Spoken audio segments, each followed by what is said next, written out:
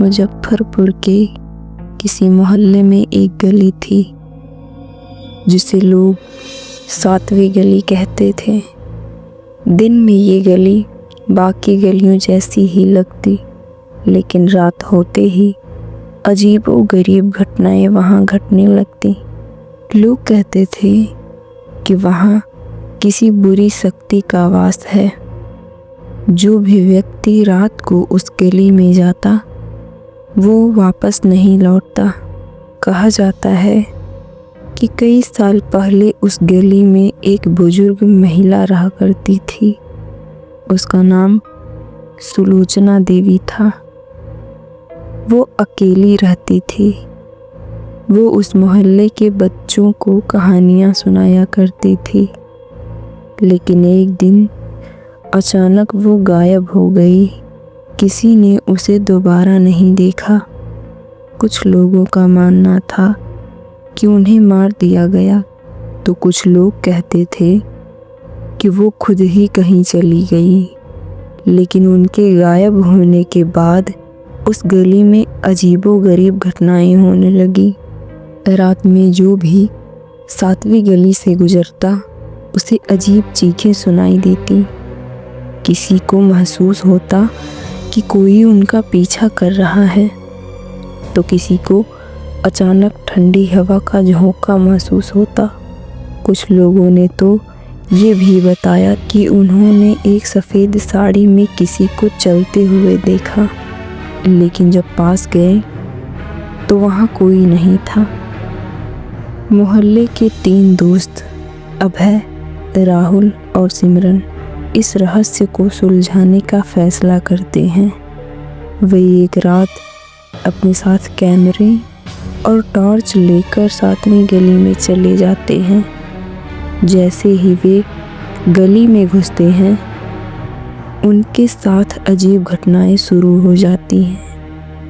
हल्की हवा जो अचानक बहुत ठंडी हो जाती है और दूर से किसी के रोने की आवाज़ आने लगती है। तभी उनकी टॉर्च की रोशनी एक दीवार पर पड़ती है, जहाँ पुराने ज़माने के अक्षरों में कुछ लिखा था, जो सच तक पहुँचेगा उसे अंधेरे में जाना होगा। अचानक उनकी टॉर्च बंद हो जाती है और चारों ओर घना अंधेरा छा जाता है। गहरी रात, सन्नाटा और चारों ओर घना अंधेरा। अभय, राहुल और सिमरन की टॉर्च अचानक बंद हो गई। तीनों का दिल जोर जोर से धड़कने लगा। तभी हवा में एक धीमी मगर डरावनी फुसफुसाहट गूंजी, जो सच तक पहुंचेगा उसे अंधेरे में जाना होगा। इसके बाद जो हुआ उसे सुनकर आपके रोंगटे खड़े हो जाएंगे। तीनों दोस्तों के बीच से अचानक राहुल गायब हो गया।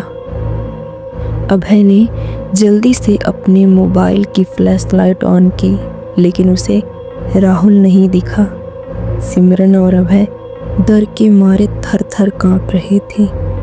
उन्हें समझ नहीं आ रहा था कि अभी कुछ ही सेकंड पहले राहुल उनके साथ था, लेकिन अब वहाँ केवल उसकी टॉर्च नीचे ज़मीन पर पड़ी थी। राहुल, मजाक मत कर यार, निकल आ, अभय कांपते स्वर में बोला। कोई जवाब नहीं आया, लेकिन तभी दीवारों पर लगे पुराने पोस्टरों की फड़फड़ाहट तेज हो गई, जैसे किसी ने उन्हें जानबूझकर हिलाया हो। गली के अंदर छिपा दरवाज़ा। सिमरन की नज़र अचानक गली के एक कोने पर पड़ी। वहाँ ज़मीन पर हल्की दरारें थीं, जैसे वहाँ कोई पुराना दरवाज़ा हो। अभय, देखो, ये शायद किसी तहखाने का रास्ता हो सकता है। अभय और सिमरन दोनों ने मिलकर उस लकड़ी के दरवाजे को खोला। अंदर एक संकरी सीढ़ी नीचे जा रही थी। कहीं दूर से हल्की रोशनी आ रही थी और किसी के फुसफुसाने की आवाज़ें भी सुनाई दे रही थी। भूत या कुछ और। दोनों ने हिम्मत जुटाकर नीचे उतरने का फैसला किया। वहाँ एक बड़ा कमरा था जिसकी दीवारों पर पुरानी तस्वीरें टंगी थीं। अभय की नज़र एक तस्वीर पर पड़ी। ये सुलोचना देवी की तस्वीर थी, लेकिन चौंकाने वाली बात ये थी कि उस तस्वीर में उनके साथ कई बच्चे थे और उनमें से एक चेहरा बिल्कुल राहुल जैसा लग रहा था। ये क्या हो रहा है सिमरन? अभय के हाथ पैर ठंडे पड़ गए। तभी अचानक पीछे से किसी ने अभय के कंधे पर हाथ रखा। अभय के कंधे पर हाथ पड़ते ही उसके पूरे शरीर में एक सिहरन दौड़ गए। उसने घबराकर पीछे मुड़कर देखा तो सामने राहुल खड़ा था, लेकिन उसका चेहरा भाव शून्य था। उसकी आंखें खाली और डरावनी थी। राहुल की रहस्यमयी हालत देखकर सिमरन घबरा गई। राहुल, तुम ठीक तो हो? राहुल बिना कुछ बोले उन्हें घूरता रहा। फिर अचानक उसकी आवाज़ गूंजी, लेकिन ये उसकी असली आवाज़ नहीं थी। तुम यहाँ क्यों आए हो? अभय और सिमरन को महसूस हुआ कि राहुल के शरीर पर किसी और की छाया थी। तभी पीछे की दीवार पर अचानक एक अजीबोगरीब छाया बननी शुरू हो गई। वो एक महिला की आकृति थी, सुलोचना देवी की। सुलोचना देवी की आत्मा धीरे धीरे सामने आई और बोली, तुम लोग यहाँ सच जानने आए हो ना? तुम्हें सच जानना है ना? तो सुनो।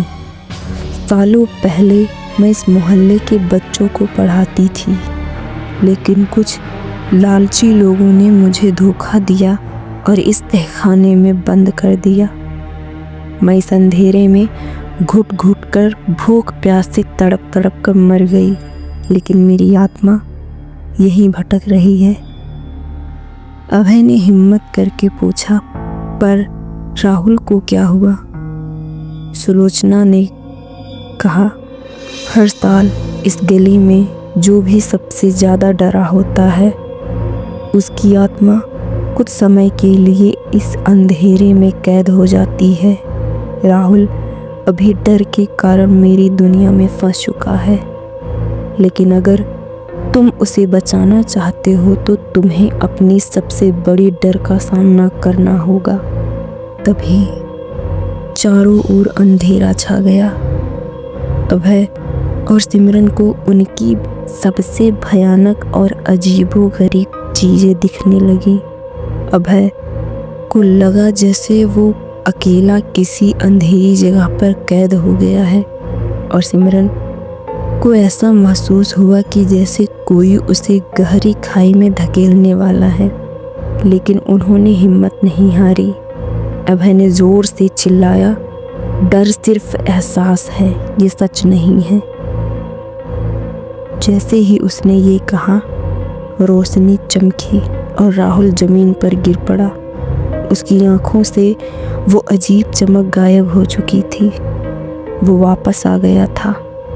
सुलोचना देवी की आत्मा अब शांत दिख रही थी। उसने शांत भाव से कहा, मेरी आत्मा अब मुक्त है। ये गली अब कभी किसी को नुकसान नहीं पहुंचाएगी। इसके बाद तेज हवा चली और सुलोचना देवी की आत्मा धीरे धीरे उस हवा में गायब होने लगी। तहखाने का दरवाज़ा अपने आप बंद हो गया और जब तीनों ऊपर आए तो गली पहले से सामान्य लग रही थी। अगली सुबह जब मोहल्ले वालों ने सुना कि तीनों ने मिलकर 7वीं गली का रहस्य सुलझा दिया है तो किसी को यकीन नहीं हुआ, लेकिन तब से उस गली में कभी कोई अजीब घटना नहीं हुई जिससे ये कहा जा सकता है कि वो गली अब सामान्य हो चुकी थी। धन्यवाद।